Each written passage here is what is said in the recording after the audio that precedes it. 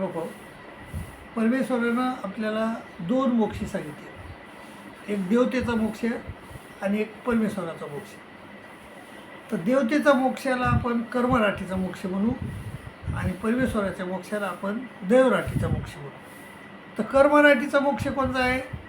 5 ते 9 स्थानचे सत्यकार्य सुकून क्षीराब्दी अष्टभैरव विश्वरूप आणि चैतन्य अशा 5 देवतेचे स्थानीच्या मोक्षाला म्हणजे प्राप्तीला सुखप्राप्तीला आपण मोक्ष म्हणलेलं आहे. आणि ईश्वर स्वरूप परमेश्वर स्वरूपाचे 2 विभाग आहेत, ईश्वर आणि ब्रह्म. तर ईश्वराला कैवल्य म्हणलेलं आहे आणि ब्रह्माला मोक्ष म्हणले. हा दैवराठीचा मोक्ष आहे आणि तो कैवराठी कर्मराठीचा मोक्ष आहे. देवतेचा मोक्ष हा कर्मराठीचा मोक्ष आहे आणि परमेश्वराचा मोक्ष जो आहे तो दैवराठीचा मोक्ष आहे. तर माझ्या बाबा, कर्मराठीच्या मोक्षामध्ये आपल्याला पतन होतं आहे, आपलं च्युती येतो, च्युती व्हावं लागते. का बरं? कारण तिथं नाही का प्रपंचाचं बीज उरलेलं असतं. ज्यावेळेस आपण चैतन्यमयाच्या फळाला जातो त्यावेळेस आपले मळ असतात, झाकलेले असतात, पण मळ असतातच आपल्यावर. मग आणि मळ हे प्रपंचाचे आहेत, म्हणजे प्रपंच तिथं आहे आणि त्यामुळं आपली च्युती होते आणि आपल्याला पुन्हा गतागतम आणि कामामध्ये पडावं लागते. ह्या संसाराच्या चतुर्विध कर्मफळामध्ये आपल्याला पडावं लागतं आहे.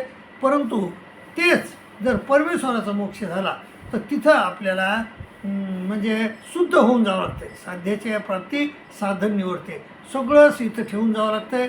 त्यामुळं तिथं आपल्याला आत्यंतिक मोक्ष आहे. पुन्हा ह्या संसारामध्ये येणे नाही, पुन्हा संसारामध्ये याचं काही गरज नाही. परमेश्वराच्या मोक्षाला गेल्यावर आपल्याला संसारामध्ये याची गरज नाही. आणि परंतु परमेश्वराच्या हे देवतेच्या मोक्षाला गेल्यावर मात्र आपल्याला पुन्हा संसारामध्ये यावं लागतं आहे.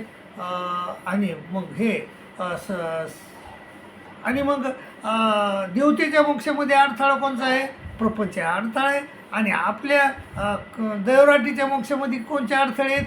9 अडथळे आहेत. तू शे पात कावे जारशेले भोरलेले देर, तुपा भाताच्या घासाचा, शेवळ्या खडक्याचा, पाण्यातील गुंडाचा, तंधेल्या वावराचा, कानवाथराचा आणि विळवाचा आणि जारशेले भोरलेले देरुतले वाळू, असे हे 9 अडथळे परमेश्वराच्या म्हणजे दैवराठीच्या प्राप्तीसाठी आहेत.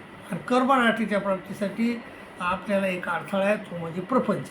तर सर्वज्ञ केशवराज व्यास म्हणतात की ऐसे हे ज्ञान ईश्वरही देता परिजीव, कायशेने एके घालेपणे ने घेती. म्हणजे केशवराज व्यास म्हणतात की असे हे ज्ञान म्हणजे कोणाचं?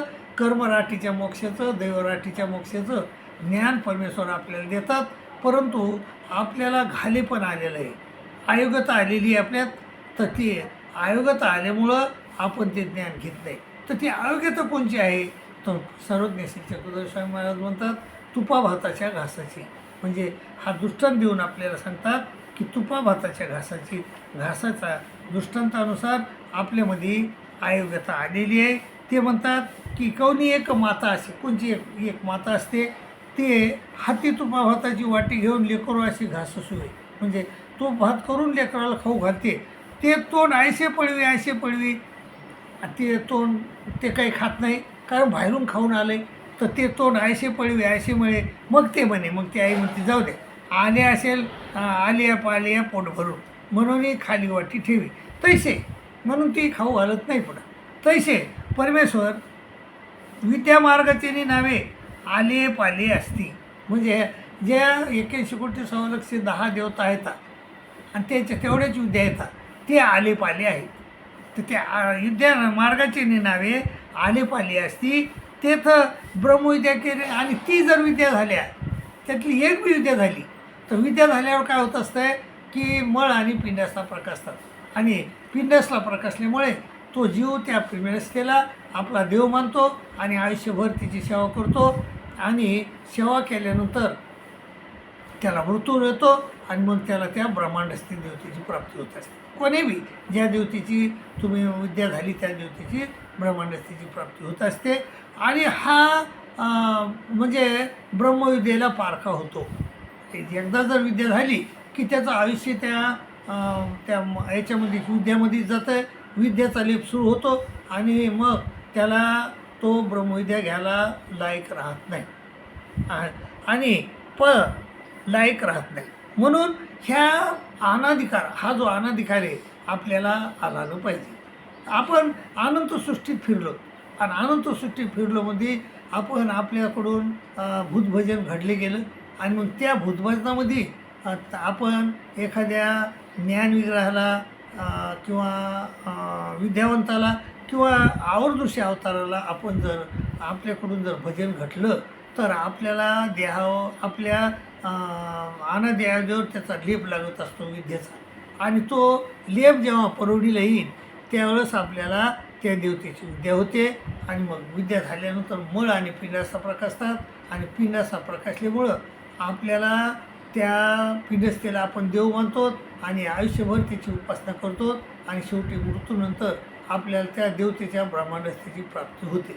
म्हणजे मायबाबा त्या सगळं आयुष्य आपलं मनुष्य देह जो आपल्याला प्राप्त झाला तो परमेश्वर प्राप्ती करून घेण्यासाठी प्राप्त झाला आहे, परंतु तो देह आपला त्या विद्यामध्ये जातो. एक विद्या होते फक्त आणि मायबाबा आणि सुख तरी किती भेटत आहे, फार अल्प सुख भेटत आहे. तर मायबाबा तर याच्यावर उपाय काय आहे मग? याच्यावर आता जे 9 दृष्टांत सांगितले अनाधिकाराचे, 9पैकी 8 दृष्टांत आपल्या हाती आहेत.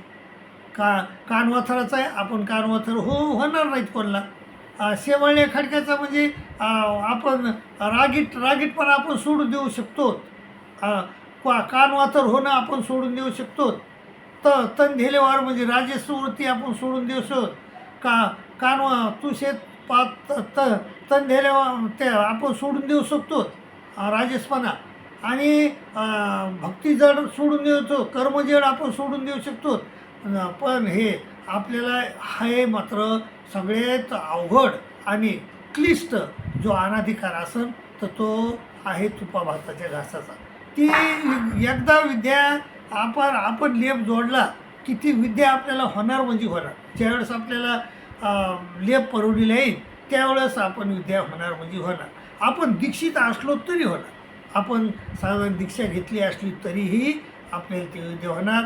कारण आज तुम्हाला आपण बघतो की प्रत्येक देवस्थानाच्या ठिकाणी म्हणजे दैवराठीचे म्हणजे तथाकथित अनुसरलेले म्हणजे दीक्षा घेतलेल्या लोकांचे देखील अंगात येताना आपल्याला दिसतंय. तर हे कशाचं आहे? पण मग हे टाळायचं असलं तर काय करावं लागेल? हा जो अनाधिकार आपल्याला टाळायचा आहे तर तो टाळण्यासाठी आपल्याला परमेश्वराकडं अनन्य भावना अनुसरावं लागेल.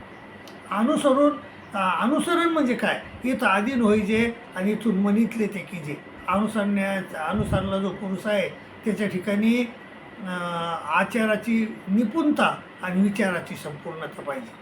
त्याच्याजवळ 2 गुण पाहिजेत. एक तो वचन परिपालन आणि अधीनत्व, हे 2 गुण पाहिजेत.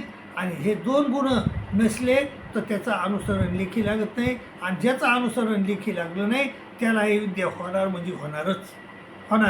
पण ज्याचं अनुसरण लेखी लागलं त्याला मात्र होणार नाही. कारण देवानं सांगितलं आहे की अनुसरले अशी देवत्व तिर्यंच तो होणे नाही.